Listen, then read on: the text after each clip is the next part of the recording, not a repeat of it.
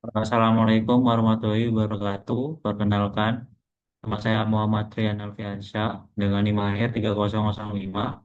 Saya berasal dari kelas Algo D. Di sini saya akan menjelaskan algoritma-algoritma yang saya gunakan di tugas proyek akhir ini untuk memenuhi syarat penilaian.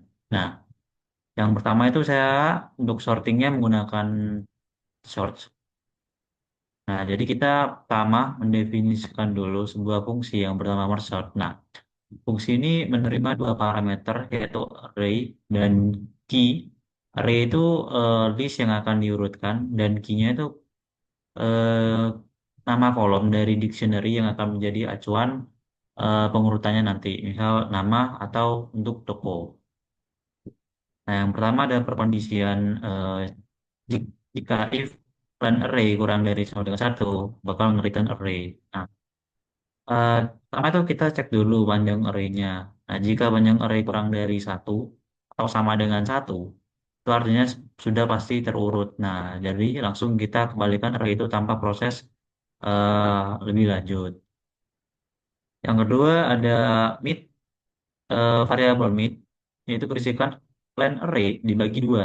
Nah, jadi kita hitung titik tengah array dengan membagi panjang array menjadi dua menggunakan pembagian bulat. Nah, terus ada variabel kiri dan kanan. Nah, untuk bagi setelah itu ya kita membagi array menjadi dua bagian, kiri dan kanannya. Bagian kiri itu dari indeks nol hingga sebelum indeks tengah dan di bagian kanannya dari indeks tengah sampai akhir. Nah, kita lakukan pemanggilan ulang atau rekursi pada kedua bagian ini untuk mengurutkan masing-masing bagian terlebih dahulu. Yang ini ada return merge kiri, kanan, dan key. Nah, setelah bagian kiri dan kanannya terurut, kita gabungkan keduanya dengan fungsi merge. Nah, fungsi merge ini menggabungkan dua array terurut menjadi satu array yang juga terurut. Lanjut, dia ada fungsi merge yang tadi, left, right, key, kiri, kanan, tengah, kiri, kanan, kunci. Nah, ya, dengan parameter left dan right ini ya merupakan dua list yang sudah terurut serta parameter key sebagai acuan pengurutannya nanti yang mudah eh, fungsi yang pertama itu sendiri. Di sini ada variabel hasil yang berisi list kosong I, J, dan nol. Nah, hasil ini sebagai list kosong untuk menyimpan hasil penggabungannya nanti. I sebagai indeks untuk list si dari left itu dan J itu bagian indeks dari right ke kanan. Nah, pertama ada perulangan dulu. While I kurang dari len left and J kurang dari len right. Nah, ini nih masih dalam elemen kedua list tersebut. Kita membandingkan elemen dari left dan right-nya, kiri dan kanannya. Baru masuk ke bagian yang ini, perkondisian.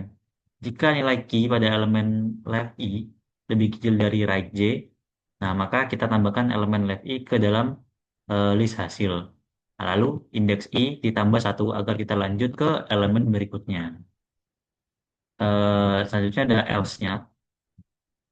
Jika else-nya ini yang terpenuhi, maka kita tambahkan right J ke dalam hasil, lalu naikkan J, ditambah. Selanjutnya ada hasil append, left, left. Nah, left I titik, titik dua, hasil extend, right J titik dua. Nah, ini gunanya jika salah satu list sudah habis, lalu kita tambahkan sisa elemen dari list lainnya ke hasil. Nah, karena kedua list sudah terurut, sisa elemennya itu juga eh, pasti dalam urutan yang sudah benar. Gitu. Baru kita bakal return hasilnya yang dari pengurutan dengan menggunakan merge sort itu sendiri. Nah, yang kedua saya menggunakan searchingnya menggunakan binary search. Nah, untuk binary search sendiri itu cara pencariannya itu membagi tengah dari data-data itu sendiri. Jadi kita tentukan dulu titik tengahnya dan lalu kita mencari key yang akan dimasukkan oleh si user itu di bagian kiri atau kanan.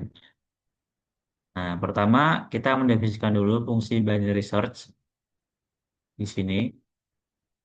dengan parameter array, target, dan key. Nah, array ini adalah list yang akan dicari nantinya. Target kunci pencariannya dari si user dalam kasus contohnya di project saya itu produk atau toko itu sendiri. Dan key nama kolom dictionary yang dijadikan acuan untuk pencarian nantinya. Dengan catatan kalau fungsi ini bisa bisa dijalankan kalau data-datanya itu secara dalam list dan sudah terurut ya. Baru yang pertama ada 4 line ini low parameter variable low sama dengan 0 parameter height len array min 1 result list kosong target yaitu target di lower. Nah, kita buat dua penanda dulu. Low untuk batas bawahnya dan height sebagai batas atas dari pencariannya. Nah, lalu kita buat list result untuk menyimpan hasil pencariannya nanti. Nah, baru kita juga ubah target menjadi huruf kecil agar pencarian tidak peka huruf besar dan kecil. Baru yang selanjutnya ada perulangan. Lalu kurang dari sama dengan height. Nah, selama batas bawah ini tidak melewati batas atas, kita akan melakukan terus rekursif itu sendiri. Nah, jika itu akan lanjut ke line selanjutnya, line 67 dan 68, mid variable mid dan variable mid fall. Nah, kita itu hitung indeks tengahnya terlebih dahulu, lalu ambil nilai dari kolom key pada posisi tengah tersebut. Nah, kita juga ubah nilainya ke huruf kecil agar seragam. Baru lanjut ke pencarian selanjutnya. Nah, if mid fall sama dengan target, threshold ke plan. Nah, jika kasusnya target yang ingin kita cari udah ketemu di titik tengah, itu bakal kita masukkan elemen tersebut ke dalam list hasilnya. Baru kita cek lagi jika ada yang bagian ke kiri. Nah, di bagian ini. Nah, I sama dengan mid kurangi satu. While I lebih dari sama dengan 0 and result array I key dot power sama dengan target, so bakal dicari ke array I. Nah, setelah menemukan satu hasil, kita cek ke kiri dari elemen tengah. Jika masih ada data yang sama, kita tambahkan ke hasil di urutan yang paling depan. Cek ini untuk masukkan ke paling yang depan ya, ke paling depan. Nah, yang selanjutnya cek duplikasi ke kanan, bagian segini. Nah, untuk bagian kanannya sama seperti di bagian kiri. Jika tidak ada data lain yang cocok, kita tambahkan hasil urutan berikutnya. Ini menggunakan append bakal ditambahkan ke bagian paling belakangnya si list itu sendiri nantinya. Nah, baru jika semua data itu sudah diketahui, bakal sistem itu bakal di break, caranya bakal di break. Nah, bakal masuk ke elif percondition selanjutnya. Jika target lebih kecil dari nilai tengah, kita geser pencairan ke bagian kiri array. Baru else di percondition yang eh, kecuali terakhirnya, jika target lebih besar, kita geser ke pencarian bagian kanan. Nanti di bagian kanan bakal mencari lagi seperti sebelumnya di bagian ini. Baru bakal mengembalikan hasil list dari pencarian itu tersebut. Nah, mungkin itu saja untuk algoritma yang saya gunakan. Kita tes dulu eh, di bagian searching toko.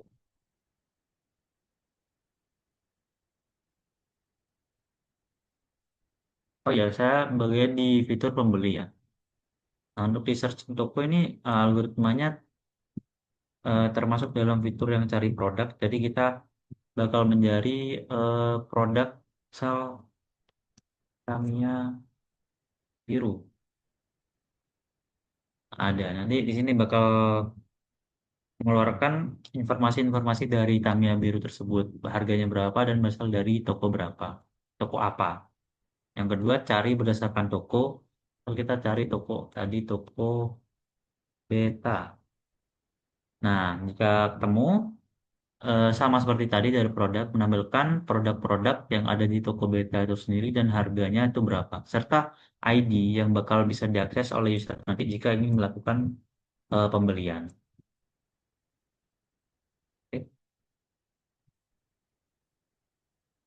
Mungkin itu saja dari saya. Kurang lebihnya mohon maaf. Wassalamualaikum warahmatullahi wabarakatuh.